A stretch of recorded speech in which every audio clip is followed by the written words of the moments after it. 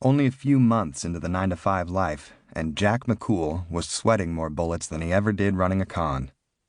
Working hard was hard work. Commuting to an office, making payroll, fighting off creditors, and that was only the half of it. The mobile app space was the Wild West of high tech. Thieves showed more honor than startup founders did. When he was on the grift, at least he knew who was trying to stab him in the back. By the time Friday night rolled around, all he wanted to do was dive into a shaken, not stirred martini and hang on to the toothpick to keep from drowning. Jack hoped Katie was mixing the cocktails as he rode the elevator to their San Francisco loft. But when he opened the front door, he got a bigger surprise than biting into an olive with a pit still in it. Bobby Baena was sitting on the couch with Katie's feet on his lap. "What's with the suit, bro? Someone die?" Bobby's grin shined as bright as a halogen light. His tan was deep, and his curls sun-bleached at the tips. "What happened to you?" Jack fired back. "Mistake saddle soap for sunscreen?" Bobby laughed and kept rubbing Katie's arches. Her smile was the same as when she was eating creme brulee.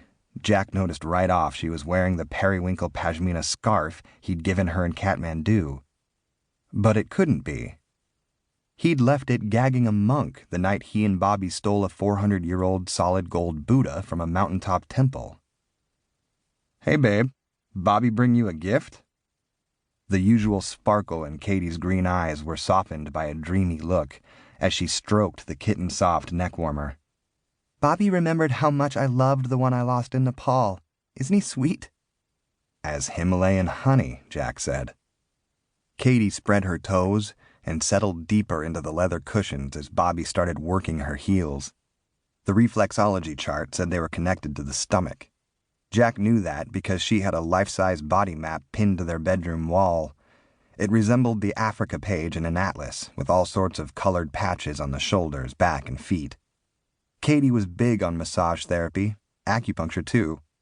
It was all part of her holistic approach to medicine and matrimony. "Bobby's here on business, and I told him he didn't need to stay at a hotel," she said. "He was telling me about the school he started in Baja. He teaches kiteboarding and lives in a house on the most beautiful beach in the whole wide world." "Second most," Bobby said. "First is the one you're always looking for." Katie oohed. Vintage Bobby. He was always smooth with the lines. Jack wondered what he'd say about the pashmina.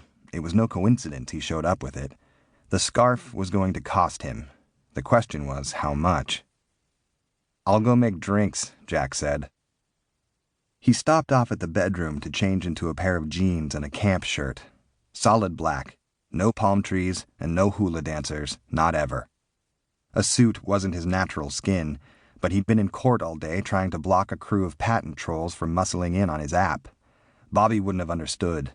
The closest he ever came to a straight job was back in high school when he sold popcorn at a theater on the weekends. He lasted a month before the manager fired him for skimming all the little salt packets and selling them to shut-ins at a nursing home. Jack checked his phone for messages on the way to the kitchen. He was hoping for good news from his patent lawyer, but it was still radio silence. It was the latest in a string of setbacks that came with bringing a killer app to market. There was no escaping them. Angel investors throwing their weight around, and software glitches that popped up with more regularity than drinking one of Katie's prune juice and flaxseed smoothies. Even with online banking, there was always another report to print out and tax form to submit. Death wouldn't come either from being on the wrong end of a swindle or shanked in prison while stacking time. It would be by 1,000 paper cuts. He decided against shaking martinis into stemmed glasses. Bobby was sure to make some wisecrack about his new domesticity. "Oh, is it Martini Friday, dear?" he'd say with a tone. It wasn't too far from the truth. Once, Jack was without a care in the world, traveling wherever the next opportunity lay and earning a rep as one of the best artists in the game. But he'd given it up when he got married. Well, most of the time. To keep listening to this audiobook, I've left you a link in the description so you can do it at no cost thanks to Audible's 30-day free trial.